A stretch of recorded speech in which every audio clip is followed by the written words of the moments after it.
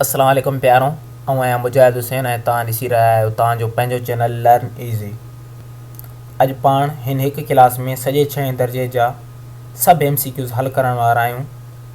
हीअ क्लास असां नंढनि नंढनि सवालनि जी सूरत में लिखियो आहे त जीअं MCQs खे सम्झी सघूं, जेकॾहिं टेस्ट में कंहिं बि रुख खां को MCQs अचे त उनखे हल करे सघूं ऐं गॾोगॾु वक़्तु बि बचायूं, छाकाणि त केतिरा ई शागिर्द कमेंट कंदा आहिनि त MCQs जा सभई ऑप्शन न पढ़िया वञनि। ईअं करण सां घणो वक़्तु ज़ाया थिए थो। अचो त हाणे पाण उहे सवाल पढ़ूं जंहिं ते पंहिंजो हीअ क्लास आहे ऐं गॾोगॾु वीडियो खे लाइक करे छॾियो त जीअं असांखे हौसला अफ़ज़ाई थिए त तव्हांखे असांजा क्लासिस पसंदि अचनि था।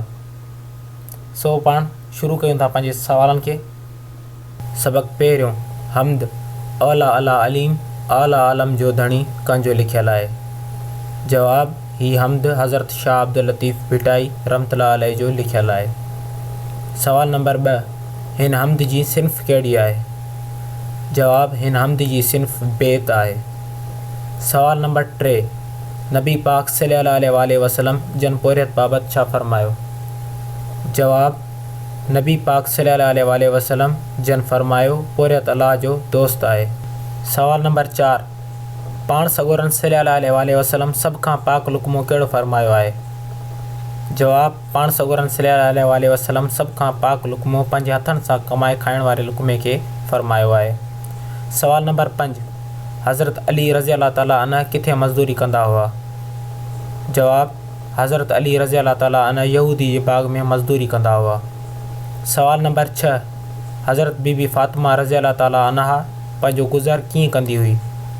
जवाब, हज़रत बीबी फ़ातिमा रज़ी अल्लाह ताला अन्हा अटे जी चकी पी गुज़र कंदी हुई। सवाल नंबर 7, हज़रत सलमान फ़ारसी रज़ी अल्लाह ताला अन्हु कहिड़ो कमु कंदा हुआ? जवाब, हज़रत सलमान फ़ारसी रज़ी अल्लाह ताला अन्हु खजनि जे बाग़नि में कमु कंदा हुआ। सवाल नंबर 8, हिंदुस्तान जो बादशाह नसरुद्दीन कहिड़ो कमु कंदा हुआ? जवाब, हिंदुस्तान जो बादशाह नसरुद्दीन क़ुरान पाक लिखी ऐं टोपियूं ठाहे गुज़र सफ़र कंदा हुआ। सवाल नंबर 9, सिंध जो शहीद मखदूम बिलावल कहिड़ो कमु कंदा हुआ? जवाब, सिंध जो शहीद मखदूम बिलावल कोरको कमु कंदा हुआ। सवाल नंबर 10, हज़रत दाऊद अलैहिस्सलाम कहिड़ो कमु कंदा हुआ? जवाब, हज़रत दाऊद अलैहिस्सलाम ज़रूं ठाहींदा हुआ। सवाल नंबर 11, नअत मिठा मीर मोचारा कंहिंजी लिखियलु आहे? जवाब, नअत मिठा मीर मोचारा मिस्री शाह जी लिखियलु आहे। सवाल नंबर 12, पाकिस्तान जो क़ौमी ॾींहुं कहिड़ो आहे?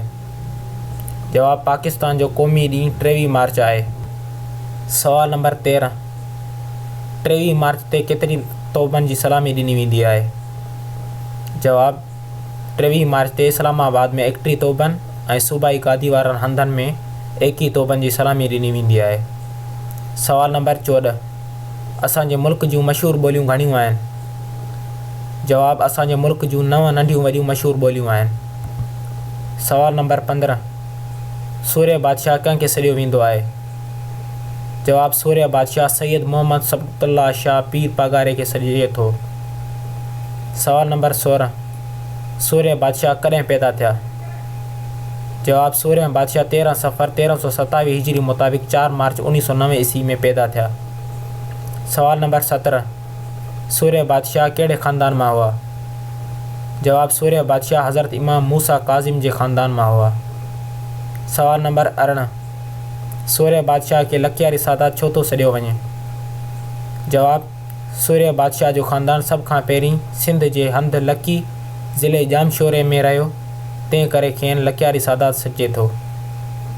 सवाल नंबर 19, सैयद सबतुल्लाह शाह सिखनि ख़िलाफ़ कॾहिं जहाद जो ऐलान कयो? जवाब, सैयद सबतुल्लाह शाह सिखनि ख़िलाफ़ जहाद जो ऐलान मीर करम अली ख़ान टालपुर जे दौर में कयो। सवाल नंबर 20, सूर्य बादशाह जे वालिद जो नालो छा हो ऐं संदसि वफ़ात वक़्तु सूर्य बादशाह जी उमिरि केतिरी हुई? जवाब, सूर्य बादशाह जे वालिद जो नालो सैयद मर्दान शाह हो ऐं संदसि वफ़ात वक़्तु सूर्य बादशाह जी उमिरि 13 साल हुई। सवाल नंबर 21, अंग्रेज़नि सूर्य बादशाह खे पहिरियों भेरो कॾहिं गिरफ़्तार कयो? जवाब, अंग्रेज़नि हथियार खणण जे बहाने 26 मार्च 1903 ईस्वी में सूर्य बादशाह खे गिरफ़्तार कयो। सवाल नंबर 22, पीर साहब जेल में कहिड़ो किताब लिखियो? जवाब, पीर साहब 1931 ईस्वी में जेल में आज़ादी बाबति हिकु किताबु लिखियो। सवाल नंबर 23, पाण जेल खां कॾहिं आज़ादु थिया? पीर साहब सबक़तुल्लाह शाह ते केस हलायो वियो ऐं उहो कूड़ो साबित थियो ऐं पीर साहब खे 1936 ईस्वी में आज़ादु कयो वियो। सवाल नंबर 24, पीर साहब हज लाइ कॾहिं रवाना थिया?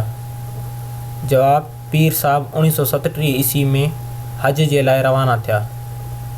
सवाल नंबर 25, पीर साहब पंहिंजो मरकज़ किथे बणायो?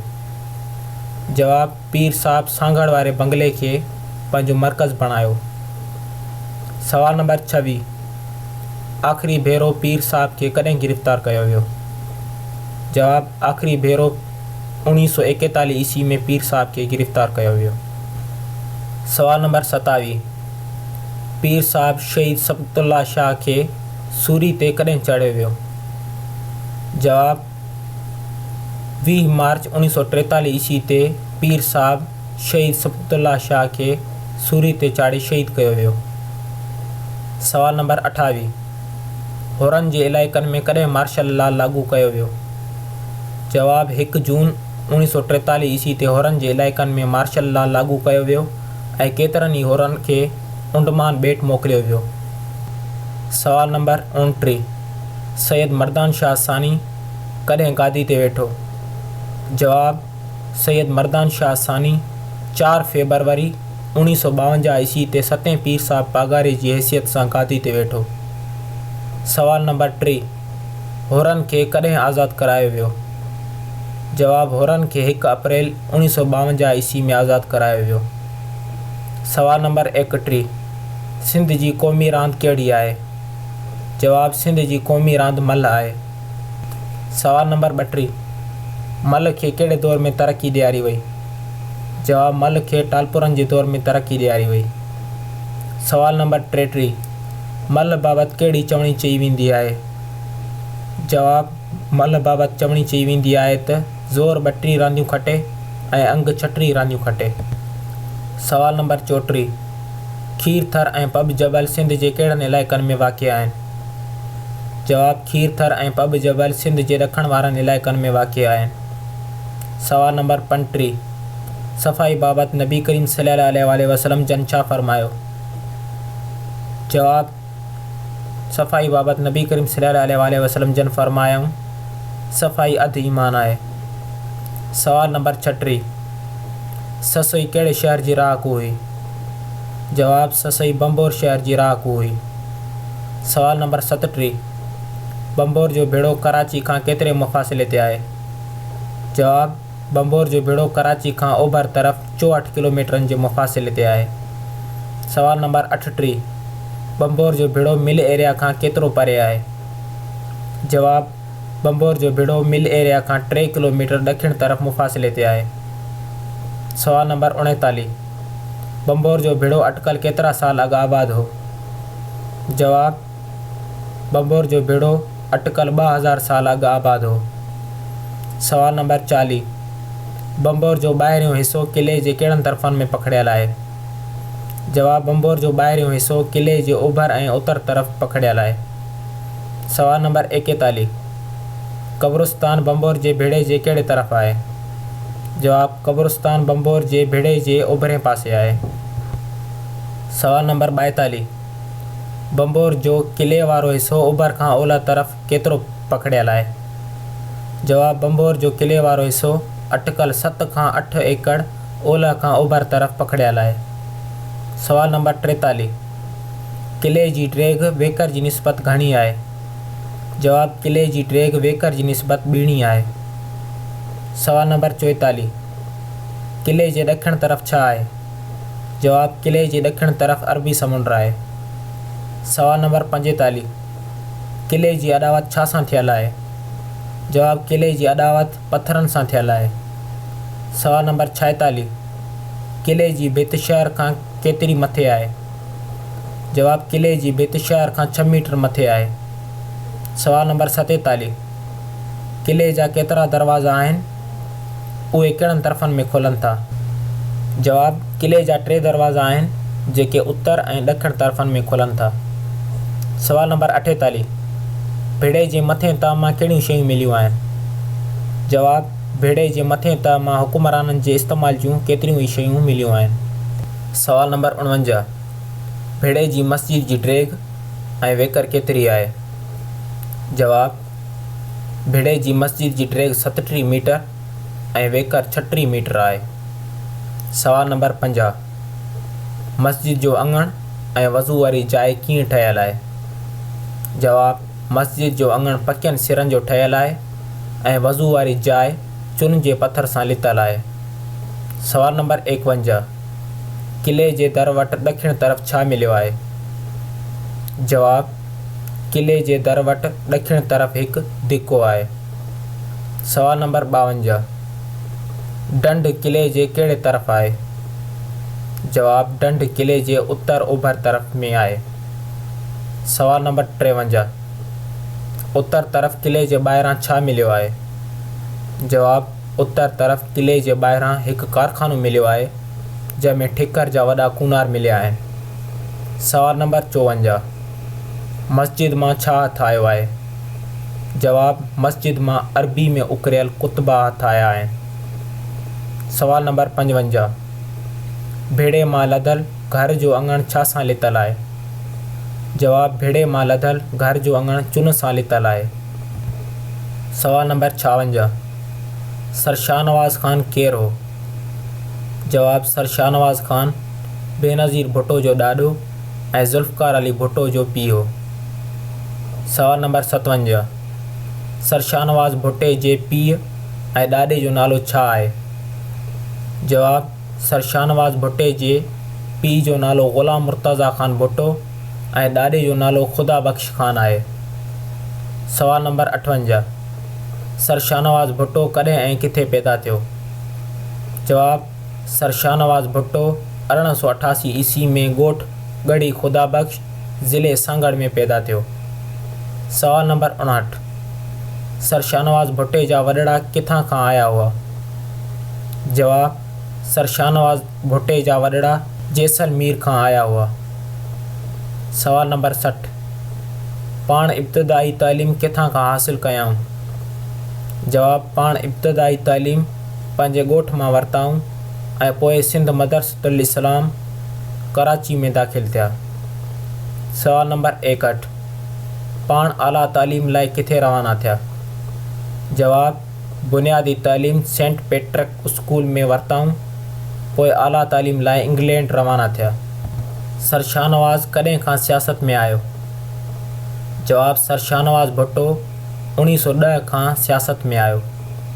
सवाल नंबर 63 सर शाहनवाज़ भुट्टो घणा साल लाड़काने बोर्ड जो मेंबर रहियो? जवाब सर शाहनवाज़ भुट्टो 10 साल लाड़काने बोर्ड जो मेंबर रहियो।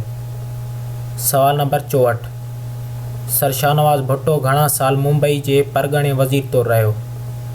जवाब सर शाहनवाज़ भुट्टो 12 साल मुंबई जे परगणे वज़ीर तौरु रहियो।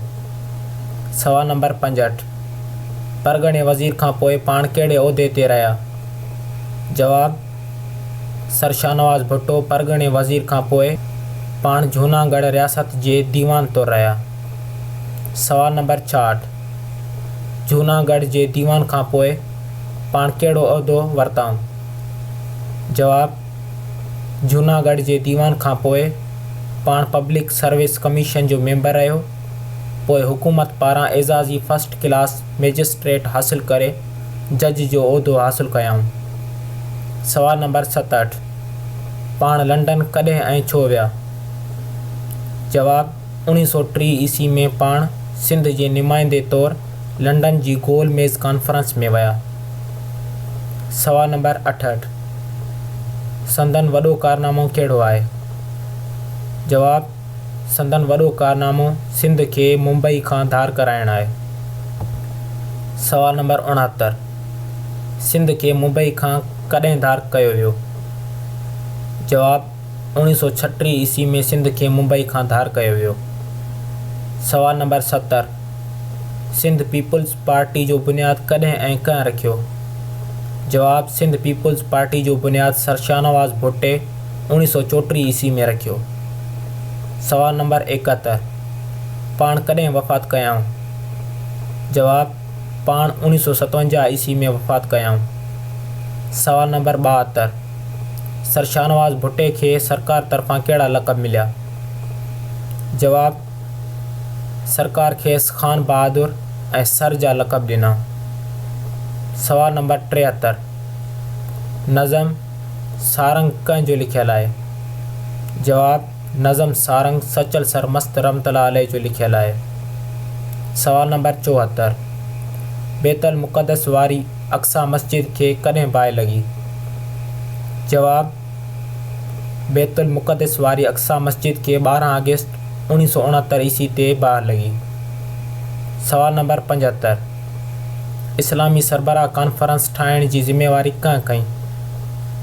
जवाब इस्लामी सरबराह कॉन्फ्रेंस ठाहिण जी ज़िमेवारी सऊदी अरब ऐं मराकश खईं।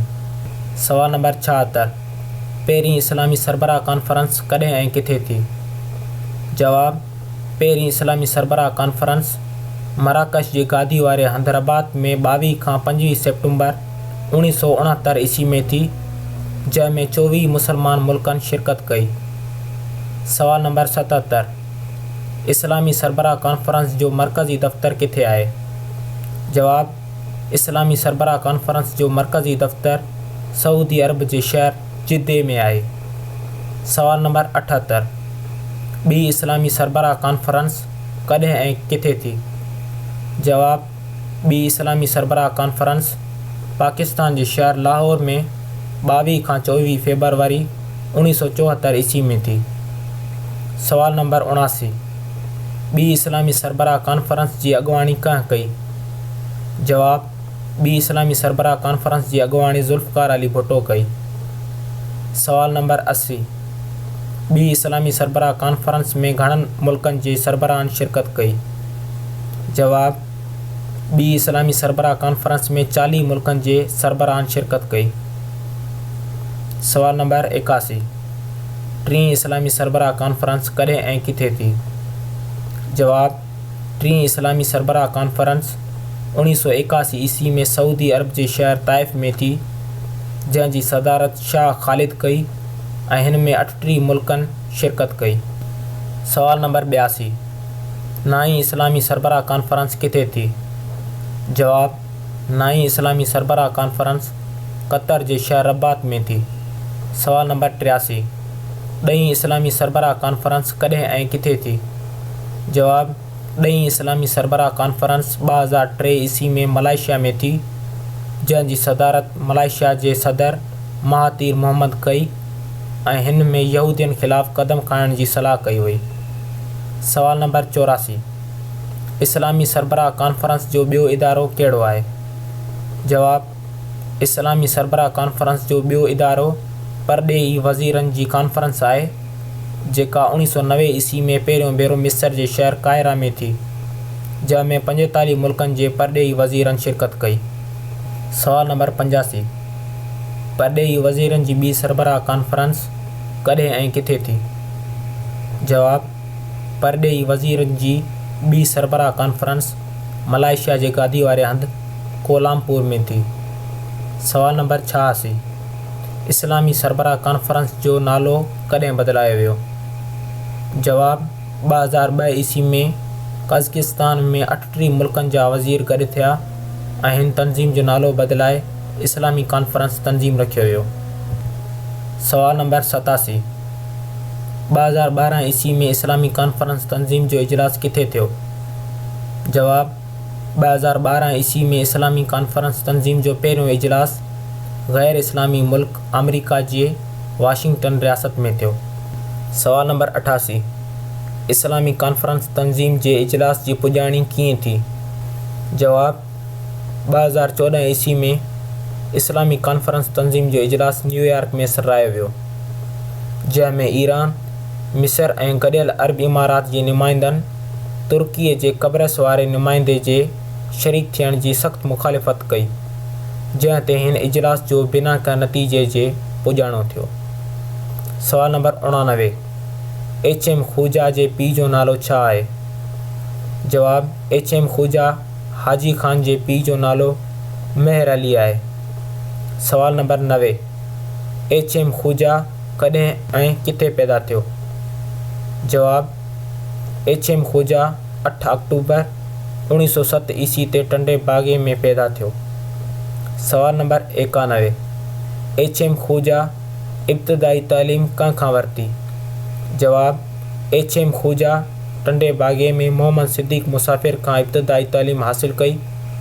पोइ 1998 ईस्वी में नूर मोहम्मद हाई स्कूल हैदराबाद मां ॿी तालीम वरिताऊं।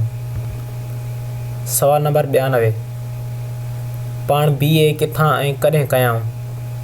जवाब 1932 ईस्वी में DGC कॉलेज कराची मां BA करे लाड़काने में उस्ताद मुक़रर थियो। सवाल नंबर 93, HM खूजा मदरसा हाई स्कूल नौशहरे में कॾहिं उस्ताद मुक़रर थियो? जवाब 1934 ईस्वी में मदरसा हाई स्कूल नौशहरे फेरोज़ में पाण उस्ताद मुक़रर थियो।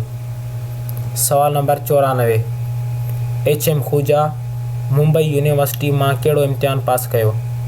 जवाब 1935 ईस्वी में मुंबई यूनिवर्सिटी मां पाण पंहिंजे ख़र्च ते BT जो इम्तिहान पास कयाऊं। सवाल नंबर 95, पाण डिस्ट्रिक्ट लोकल बोर्ड नवाबशाह जे मिडिल स्कूल जो हेड मास्टर कॾहिं थियो?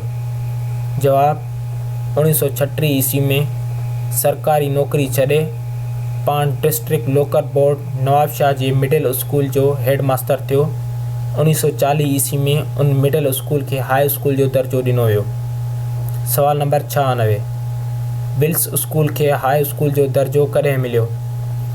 जवाब पाकिस्तान ठहण खां पोइ विल्स स्कूल खे बि HM खूजा हाई स्कूल जो दर्जो ॾियारियो। सवाल नंबर 97, हिन कहिड़ी हैसियत सां नवाबशाह में वण लॻाराया? जवाब HM खूजा म्यूनिसिपल कमेटी जो मेंबर हुअण जी हैसियत सां नवाबशाह में वण लॻाराया। सवाल नंबर 98, HM खूजा नवाबशाह में कहिड़ा तालीमी इदारा खोलाया? जवाब हिन municipal Islamia higher secondary school, HM खूजा अफवा girls school, government degree school ऐं कायदे आज़म लॉ कॉलेज जहिड़ा इदारा खोलाया। सवाल नंबर 99, HM खूजा पंहिंजे ख़र्च ते कहिड़ा इदारा खोलाया? जवाब HM Khuja high school society Nawabshah ऐं HM Khuja girls middle school पंहिंजे ख़र्च ते खोलाया। सवाल नंबर 100, खूजा साहब अमेरिका कहिड़े दौरे ते विया? जवाब HM खूजा खे 1954 ऐं 55 ईस्वी में फोर्ड फाउंडेशन अमेरिका दावत ॾिनी ऐं पाण उते स्कूलनि जो दौरो कयाऊं। सवाल नंबर 101, HM खूजा खे कहिड़ा कहिड़ा एज़ाज़ मिलिया? जवाब HM खूजा खे फील्ड मार्शल अयूब खान तमग़ाए ख़िदमत ऐं सदर फारूक अहमद लिगारी खेसि हुसन कारकर्दगी जो तमग़ो ॾिनो। सवाल नंबर 102, HM खूजा खे म्यूनिसिपल कमेटी नवाबशाह छा ॾिनो? जवाब HM खूजा खे म्यूनिसिपल कमेटी नवाबशाह शहर जी सोनी कुंजी पेश कई। सवाल नंबर 103, HM खूजा कॾहिं ऐं किथे वफ़ात कई? जवाब HM खूजा 92 सालनि जी उमिरि में 20 सितंबर 1999 ईस्वी ते हैदराबाद में वफ़ात कई। सवाल नंबर 104, आलमी तपश जे करे छा थो थिए? जवाब आलमी तपश जे करे गर्मी में वात थिए थी। सवाल नंबर 105, वणनि जी सिहत लाइ छा ज़रूरी आहे? जवाब वणनि जी सिहत लाइ वणनि जी छांग ज़रूरी आहे। सवाल नंबर 106, ज़मीन खे कहिड़ी शइ ज़हरीलो बनाए थी? जवाब ज़मीन खे जीत मार स्प्रे ज़हरीलो बनाइनि था। सवाल नंबर 107, क़दीम ज़माने में सिंध जे माथेली ते कहिड़ो बादशाह हुकूमत कंदो हो? जवाब क़दीम ज़माने में सिंध जी माथेली ते गुजर ज़ात जो बादशाह राजा नंद हुकूमत कंदो हो। सवाल नंबर 108, राजा नंद खे केतिरियूं नियाणियूं हुयूं? जवाब राजा नंद खे 9 नियाणियूं हुयूं। सवाल नंबर 109, सूमल ऐं मूमल में कहिड़ियूं खूबियूं हुयूं?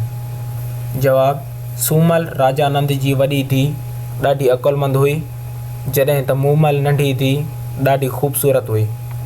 सवाल नंबर 110, सूमल छा ठारायो? जवाब, सूमल काक कंधी ते हिक जादुई माड़ी ठाराई। सवाल नंबर 111, उन वक्त उमरकोट जो बादशाह केरु हो? जवाब, उन वक्त उमरकोट जो बादशाह हमीर सूमरो हो। सवाल नंबर 112, मूमल खे कंहिं सां मोहबत थी? जवाब, मूमल खे राणे मेंद्रे सां मोहबत थी। सवाल नंबर 113, तारीख़ में पहिरियों भेरो झंडो खोड़ण जो एज़ाज़ सिंध जी कहिड़ी औरत खे हासिल आहे? जवाब, तारीख़ में पहिरियों भेरो झंडो खोड़ण जो एज़ाज़ बेगम सुगरा हिदायतुल्लाह खे हासिल आहे।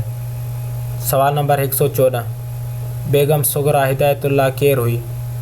जवाब, बेगम सुगरा हिदायतुल्लाह मुस्लिम लीग कमेटी जी सदर हुई। सवाल नंबर 115, पाण किथे पैदा थी? जवाब, बेगम सुगरा शिकारपुर में पैदा थी।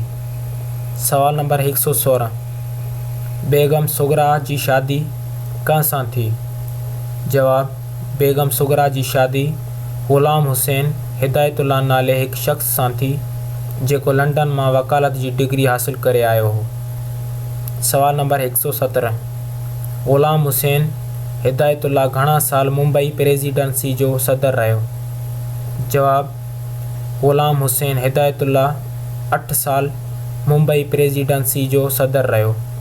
सवाल नंबर 118, सुगरा हिदायतुल्लाह जा मशहूर साथी कारकुननि कहिड़ा हुआ? जवाब, हिन जा मशहूर साथी कारकुननि बेगम शोबान ऐं मिस वली मोहम्मद हुयूं। सवाल नंबर 119, सुगरा जी कमेटी जो पहिरियों इजलास किथे थियो ऐं उन में कंहिं ख़िताब कयो? जवाब, सुगरा जी कमेटी जो पहिरियों इजलास कराची जे गांधी गार्डन में थियो जंहिं में सुगरा ऐं बेगम शफ़ी ख़िताब कयो। सवाल नंबर 120, सुगरा हिदायतुल्लाह किथे झंडो फड़कायो? जवाब, सुगरा हिदायतुल्लाह लाहौर सेक्रेटरीट जी इमारत ते झंडो फड़कायो। सवाल नंबर 121, सुगरा पहिरीं सिंधी औरत सरबराह कॉन्फ्रेंस जी सदारत जो एज़ाज़ कॾहिं ऐं किथे हासिल कयो? जवाब, सुगरा 1982 ईस्वी में पहिरीं सिंधी सरबराह कॉन्फ्रेंस जी सदारत जो एज़ाज़ कराची में हासिल कयो। सवाल नंबर 122, पाण कॾहिं ऐं किथे वफ़ात कयाईं? जवाब, पाण 1985 ईस्वी में कराची में वफ़ात कयाईं। सवाल नंबर 123, सिंध जो 3 नंबर वॾो शहर कहिड़ो आहे? जवाब, सिंध जो 3 नंबर वॾो शहर सखर आहे। सवाल नंबर 124, मासूम शाह जो मनारो किथे आहे? जवाब, मासूम शाह जो मनारो सखर में आहे। सवाल नंबर 125, साध ॿेलो आदम शाह जी टकरी ऐं ॿेट बखर किथे आहे? जवाब, इहे सभई सखर में आहिनि। सवाल नंबर 126, अलजबरा खे कंहिं उरूज ते पहुचायो? जवाब, अलजबरा खे यूनान ऐं नंढे खंड उरूज ते पहुचायो। सवाल नंबर 127, रियाज़ी जो पहिरियों किताब जेको हिंदुस्तान मां अरबुस्तान पहुतो उन जो नालो छा आहे? जवाब, रियाज़ी जो पहिरियों किताब जेको हिंदुस्तान मां अरबुस्तान पहुतो उन किताब जो नालो सदांता आहे। सवाल नंबर 128, रियाज़ी में ज़ीरो जो इनकलाब कहाँ आंदो? जवाब, रियाज़ी में ज़ीरो जो इनकलाब अबू मूसा अल ख्वारिज़मी आंदो। सवाल नंबर 129, शेख सदी जो असुल नालो छा आहे? जवाब, शेख सदी जो असुल नालो शरफ़ुद्दीन ऐं पीउ जो नालो अब्दुल्ला आहे। सवाल नंबर 130, शेख सदी कॾहिं पैदा थियो? जवाब, शेख सदी 589 हिजरी मुताबिक़ 1333 ईस्वी में पैदा थियो। सवाल नंबर 131, शेख सदी जा वॾड़ा कहिड़े शहर जा रहाकू हुआ? जवाब, शेख सदी जा वॾड़ा शिराज शहर जा रहाकू हुआ। सवाल नंबर 132, शेख सदी कंहिंखां तालीम वरिती? जवाब, शेख सदी बगदाद जे इमाम ग़ज़ाली, शेख अब्दुल क़ादिर सहरवर्दी रहमतुल्लाह अलैह ऐं अबू इमादुद्दीन मौसली रहमतुल्लाह अलैह खां तालीम वरिती। सवाल नंबर 133, शेख सदी हदीस ऐं तफ़सीर जो इल्मु कंहिंखां वरितो? जवाब, शेख सादी हदीस ऐं तफ़सीर जो इल्मु नालेवार उस्ताद अब्दुल रहमान इब्न जूज़ी खां वरितो। सवाल नंबर 134, शेख सादी जो रूहानी रहबर केरु हो? जवाब, शेख सादी हज़रत सैयद अब्दुल कादिर जीलानी रहमतुल्लाह अलैह जी बैयत कई ऐं खेनि रूहानी रहबर करे वरितो। सवाल नंबर 135, शेख सादी कहिड़ी ॿोली जो शाइर हो?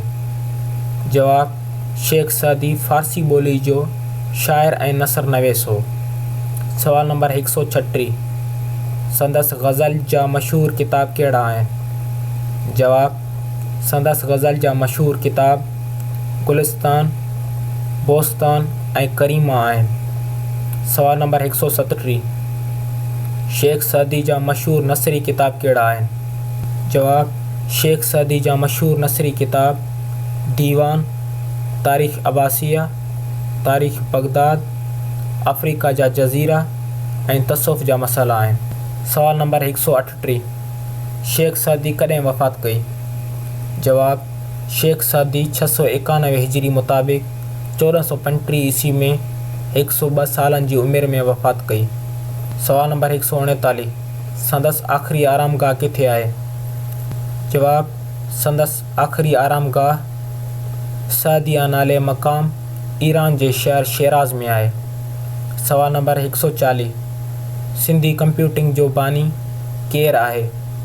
जवाब, सिंधी कंप्यूटिंग जो बानी माजिद भुरगड़ी आहे। सवाल नंबर 141, कारूंजर जबल कहिड़े शहर में आहे? जवाब, कारूंजर जबल नंगर पारकर शहर में आहे। सवाल नंबर 142, कारूंजर जबल केतिरी एराज़ी में पखिड़ियल आहे? जवाब, कारूंजर जबल 26 किलोमीटरनि जी एराज़ी में पखिड़ियल आहे। सवाल नंबर 143, कारूंजर जी ओताहीं चोटी जो नालो छा आहे ऐं उहा केतिरी बुलंद आहे? जवाब, कारूंजर जबल जी ओताहीं चोटी जो नालो साहिब चङो आहे ऐं उहा 1500 फुट ऊची आहे। सवाल नंबर 144, साहिब चङो ते छा आहे?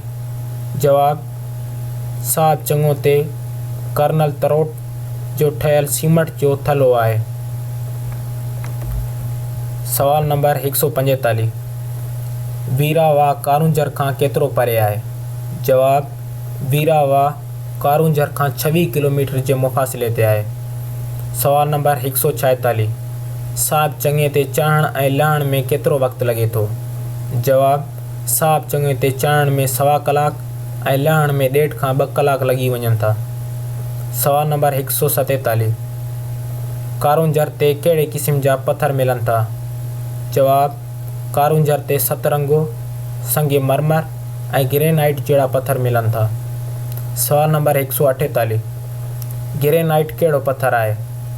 जवाब, ग्रेनाइट कारे रंग जो चमकीलो पथर आहे। सवाल नंबर 149, कारूंजर जे भरिसां केतिरियूं माथिरियूं आहिनि? जवाब, कारूंजर जे भरिसां कुल 8 ख़ूबसूरत माथिरियूं आहिनि। सवाल नंबर 150, कारूंजर मां कुल केतिरियूं बरसाती नेऊं वहनि थियूं? जवाब, कारूंजर मां कुल 5 बरसाती नेऊं वहनि थियूं जेके रण में पवनि थियूं। सवाल नंबर 151, उन्हनि बरसाती नेयनि जा नाला छा आहिनि? जवाब, उन्हनि बरसाती नेयनि जा नाला गोदड़ियो, भिटियाणी, घर टियारी, मोंदरो ऐं साबूसण आहिनि। सवाल नंबर 152, कारूंजर जबल में कहिड़ा कहिड़ा मंदर आहिनि? जवाब, कारूंजर जबल में जैन धर्म ऐं हिंदू धर्म जा केतिरा ई मंदर आहिनि। सवाल नंबर 153, कारूंजर जे कहिड़नि ॿूटनि मां खंवर ऐं गगर मिलनि था? जवाब, कारूंजर जे गगलनि ॿूटे मां गगर ऐं कोनेटनि ॿूटे मां खंवर मिले थी। सवाल नंबर 154, कारूंजर बाबति कहिड़ी चवणी मशहूरु आहे? जवाब, कारूंजर बाबति चवणी मशहूरु आहे त कारूंजर में रोज़ानो 1.25 सेर सोन पैदा थिए थो। सवाल नंबर 155, तॾा ठाहिण वारी पटी खे छा चइबो आहे? जवाब, तॾा ठाहिण लाइ पहिरीं हिकु पटी ठाही वेंदी आहे जंहिंखे खेड़णु चइबो आहे। सवाल नंबर 156, पेश छा आहे? जवाब, पेश हिकु जाबलू ॿूटो आहे जंहिंजा पन खजी जे पननि जहिड़ा थींदा आहिनि। पेश मां तॾा ठाहिया वेंदा आहिनि। सवाल नंबर 157, पेश खां अलावा तॾनि में ॿियो छा विधो वेंदो आहे? जवाब, पेश खां अलावा तॾनि में कारी ॾास जा ॾौरा विधा वेंदा आहिनि ऐं उन खां अलावा वधीक सूंहं लाइ टोंर बि विधा वेंदा आहिनि। सवाल नंबर 158, तोरियूं छा मां ठाहियूं वेंदियूं आहिनि? जवाब, तोरियूं पन नाले हिकु ॿूटे मां ठाहियूं वेंदियूं आहिनि। सवाल नंबर 159, वतायो फ़क़ीर किथां जो रहाकू हो? जवाब, वतायो फ़क़ीर टंडे अलायार ज़िले जे शहर नसरपुर जो रहाकू हो। सवाल नंबर 160, वताए फ़क़ीर जी आख़िरी आरामगाह किथे आहे? जवाब, वताए फ़क़ीर जी आख़िरी आरामगाह ज़िले अलायार जे भरिसां कुबे नाले मक़ाम ते मौजूदु आहे। सवाल नंबर 161, पाकिस्तान जो ठाराह किथे पास थियो?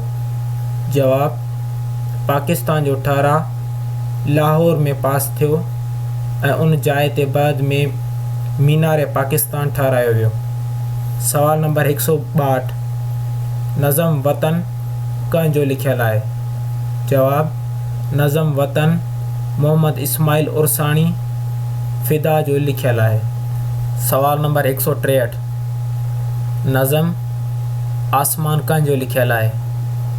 जवाब, ही नज़म किशन चंद बेवस जो लिखियलु आहे। सवाल नंबर 164, इंडलठ में केतिरा रंग हूंदा आहिनि? जवाब, इंडलठ में 7 रंग हूंदा आहिनि। सवाल नंबर 165, नज़म गिदरे जी फारी चंड कंहिंजो लिखियलु आहे? जवाब, ही नज़म शेख अयाज़ जो लिखियलु आहे। सवाल नंबर 166, राणे ऐं मूमल जो मौत कीअं थियो? जवाब, राणे ऐं मूमल बाह में टिपो ॾेई पंहिंजी मौत वाक़ई कई। सवाल नंबर 167, नज़म सखर जो शेर कंहिंजो लिखियलु आहे? जवाब, ही नज़म अदल सूमरे जो लिखियलु आहे। सवाल नंबर 168, नज़म सुबह न आहे दूर साथी कंहिंजो लिखियलु आहे? जवाब, ही नज़म तनवीर अब्बासी जो लिखियलु आहे। सवाल नंबर 169, नज़म टेलीफ़ोन कंहिंजो लिखियलु आहे? जवाब, नज़म टेलीफ़ोन हरी दिलगीर जो लिखियलु आहे। सवाल नंबर 170, नज़म असीं वतन जा मज़ूर हारी कंहिंजो लिखियलु आहे?